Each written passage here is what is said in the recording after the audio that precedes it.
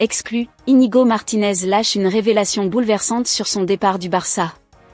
Le défenseur espagnol évoque son plus grand regret, et ce conseil inattendu de Laporte qui a tout changé. Pendant ce temps, Xavi Alonso envoie un message clair à Mbappé, fini les expériences en numéro 9. Le Français devra se plier à une nouvelle stratégie qui pourrait réveiller Vinicius, ou tout faire exploser. Et le Barça prépare une révolution tactique, Hansi Flick envisage un 4-2-1-3 ultra-offensif avec Yamal, Lewandowski, et une surprise anglaise.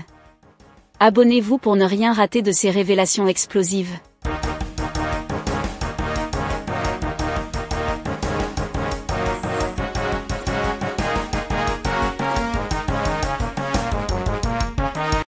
Íñigo Martínez revient sur son départ du Barça, et son choix de rejoindre Al Nassr.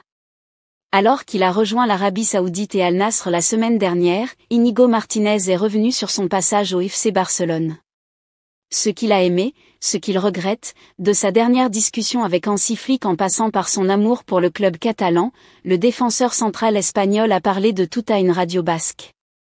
Alors qu'il est désormais un joueur d'Al Nassr, Íñigo Martínez n'oublie pas ce que le FC Barcelone lui a offert. Recruté en 2023, le défenseur central est arrivé en Catalogne en provenance de l'Athletic Bilbao, chez qui il avait passé cette saison. Resté 2 années au Barça, l'Espagnol a tout son passage au club dans la tête. Et, après avoir donné sa vie au club pendant 2 saisons, le temps était venu pour lui de décrocher le dernier gros salaire de sa carrière. À 34 ans, il a préféré rejoindre Cristiano Ronaldo et ses coéquipiers. Avec émotion, il est revenu sur son passage dans le club barcelonais dans la radio Onda Vasca. J'ai parlé avec Flick à mon retour de tournée. J'ai été honnête avec lui car il me restait 1 an de contrat et que ces trains passent rarement, et c'est difficile de dire non, a déclaré l'ancien joueur barcelonais. Et, après avoir évoqué les discussions qu'il avait eues avec son ancien entraîneur, il a expliqué qu'il avait un énorme regret qui risque d'être présent à vie après ce transfert, être capitaine et jouer au Camp Nou. Malheureusement, ce sont 2 choses qui risquent de ne rester que des rêves pour lui. Avant de prendre définitivement sa décision de partir en Arabie Saoudite, Íñigo Martínez a discuté avec Aymeric Laporte.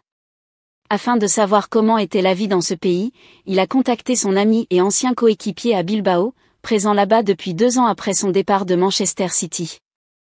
Et, vu son choix, l'ancien citizen a dû lui recommander positivement l'Arabie Saoudite.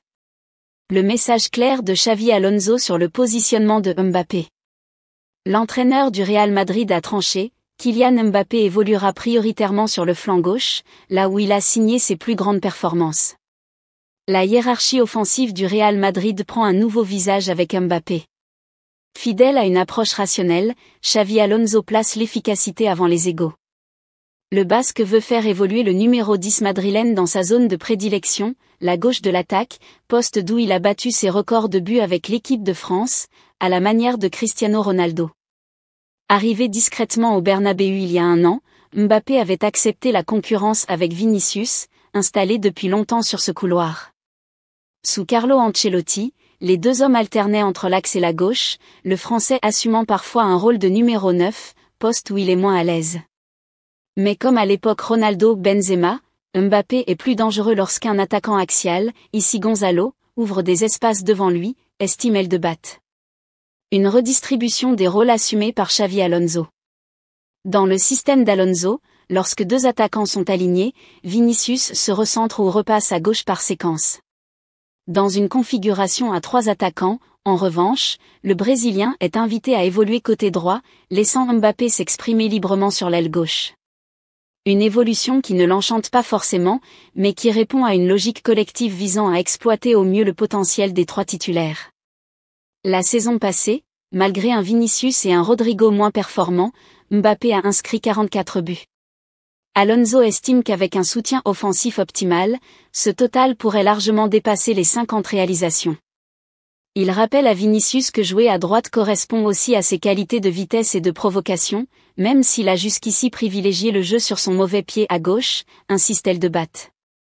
Le technicien basque assume vouloir rompre certaines habitudes pour renforcer la polyvalence et maximiser le rendement de son effectif, conformément aux exigences du football moderne.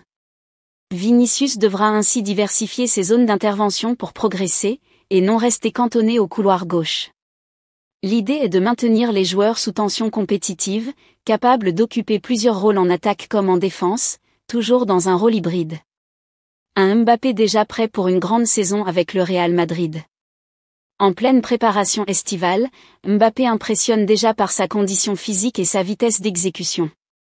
Arrivé affûté après la trêve, il enchaîne les séances biquotidiennes imposées par Alonso pour combler le retard sur des rivaux déjà en pré-saison depuis plusieurs semaines. Le Français montre l'exemple en répondant à l'exigence physique et tactique fixée par son entraîneur. Pour Xavi Alonso, le constat est clair, placer Mbappé dans les meilleures conditions, redynamiser Vinicius et exploiter Gonzalo comme point d'appui axial. Objectif, un Real Madrid plus imprévisible, plus mobile et plus performant devant le but. Barça, le 11 ultra-offensif qu'Hansi Flick pourra aligner en 2025 à 2026. Avec des moyens limités, mais avec une équipe déjà solide et un centre de formation toujours aussi fort, le Barça pourrait bien aligner une équipe ultra-offensive l'an prochain. Le Barça est prêt. Dimanche, les Catalans ont officiellement lancé leur saison par le traditionnel trophée Gampé, un match amical organisé chaque année juste avant le début du championnat. Cette saison, c'est l'écurie italienne de Côme, dirigée par un certain Cesc Fabregas, qui s'est présenté face au Blaugrana. Et le résultat a été sans appel, une large victoire 5-0 des Espagnols avec un doublé de Fermín López et de Lamine Yamal ainsi qu'un but de Rafinha. Un message fort envoyé aux prochains adversaires, ce Barça la développe une puissance offensive qui risque de faire pâlir de nombreuses équipes en Espagne et en Europe. Pedri et De Jong à la récupération. Surtout qu'avec l'effectif actuel, Hansi Flick pourrait se permettre quelques folies en alignant un 11 de départ particulièrement offensif. Devant Joan Garcia, le nouveau portier catalan recruté au voisin, l'Espagnol Barcelone, Jules Koundé et Alejandro Balde se chargeront des couloirs comme l'an dernier, accompagnés par la paire Pau Cubarsí, Ronald Araujo.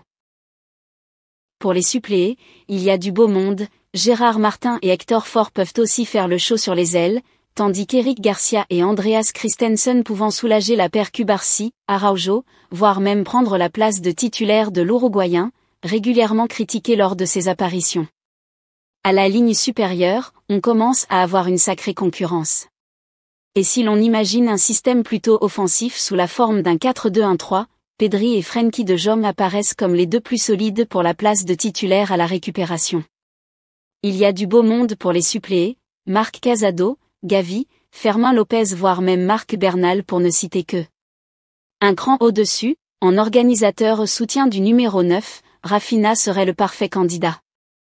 Auteur d'une saison majuscule, il a prouvé qu'il était capable de se montrer décisif dans toutes les positions. Ce rôle de numéro 10 lui offrirait la possibilité de se balader partout sur le terrain. Pour lui faire concurrence, Dani Olmo et Fermín López sont candidats, tout en sachant que le Brésilien peut aussi évoluer sur une aile. Devant, c'est toujours la piste aux étoiles. Lamine Yamal est évidemment intouchable à droite tandis que Robert Lewandowski part encore favori pour l'axe, devant Ferran Torres. Ce dernier, toujours décisif quand on fait appel à lui, va aussi bénéficier de temps de jeu, le Polonais, du haut de ses 36 ans, 37 à la fin du mois d'août, ayant besoin de repos. Et pour le couloir gauche, Marcus Rashford, qui peut aussi évoluer dans l'axe, représente un choix intéressant si jamais l'Anglais parvient à retrouver son meilleur niveau. Un 4-2-1-3 ultra-offensif qui donne envie sur le papier, mais qui peut bien se heurter à certaines contraintes du plus haut niveau. L'an dernier, les Catalans ont d'ailleurs souffert d'une défense en manque de confiance. Ce sera un gros axe de travail pour Hansi Flick, reste à voir quelle sera l'option privilégiée par l'Allemand.